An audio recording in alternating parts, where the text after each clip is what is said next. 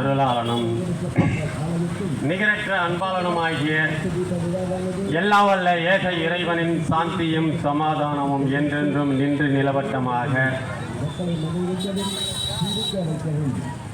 சமூக நீதி போராளி சமத்துவ நாயகன் சட்டமேதை அண்ணல் அம்பேத்கர் அவர்களின் 133வது பிறந்த நாள் விழா தேர்தல் பரப்புரை கூட்டம் புரட்சிகர இளைஞர் முன்னணி நடத்தும் இந்த கூட்டத்திற்கு மதசார்பற்ற இந்திய கூட்டணி ஆரணி சட்டமன்ற தொகுதி மனிதநேய மக்கள் கட்சியின் ஆதரவு பெற்று வெற்றி வேட்பாளராக MS தரணிவேந்தன் உதயசூரன் சின்னத்தில் வாக்களித்து பெரியார் வாரியான வாக்கு வித்தியாசத்தில் வெற்றி பெற செய்யுமாறு உங்களிடம் கேட்டுக்கொள்கின்றோம். தேர்தல் வரும் போகும்,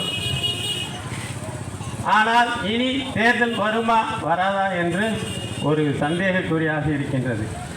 ஏனென்றால் இந்த 10 ஆண்டு காலமாக ஆண்டு கொண்டிருக்கக்கூடிய பாரதிய ஜனதா ஆட்சி இனி அவர்கள் வந்தார்கள் என்றால் அதிபர் ஆட்சியாக மாற்ற இந்து ராஷ்டிரமாக மாற்றுவதற்காக அரசு வல்லுநர்கள் இதனை சொல்லியிருக்கின்றார்கள். மாநில உரிமைகளை பறித்து ஒரே நாடு ஒரே தேர்தல் என்ற ஒரு அறிவிப்பினை செய்வதற்காக செய்து கொண்டிருக்கின்றார்கள். ஆகையால் இதை நாம் முழுமையாக தெரிந்து கொள்ள வேண்டும் என்னவென்றால் நாம் இதை எப்படி எதிர்கொள்ள வேண்டும் என்று நாம் சிந்தித்து பார்க்க வேண்டும். ஆசிஃபா 8 வயது ஆசிஃபாவை கருவறையில் வைத்து கற்பழித்து கொன்றார்கள். அதை மறக்க முடியுமா?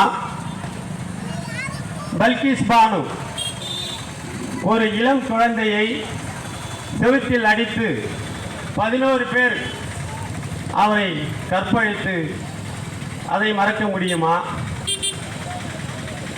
இது மாதிரி சொல்லிக்கொண்டே போகலாம், இதற்கு முடிவே கிடையாது. ஆகையால் இனி வரும் காலங்களில் நாம் மிகவும் சிந்தித்து செயல்படக்கூடியதாக இருக்க வேண்டும் என்று வாய்ப்பினை நன்றி கூறி விடைபெறுகிறேன். நன்றி, வணக்கம்.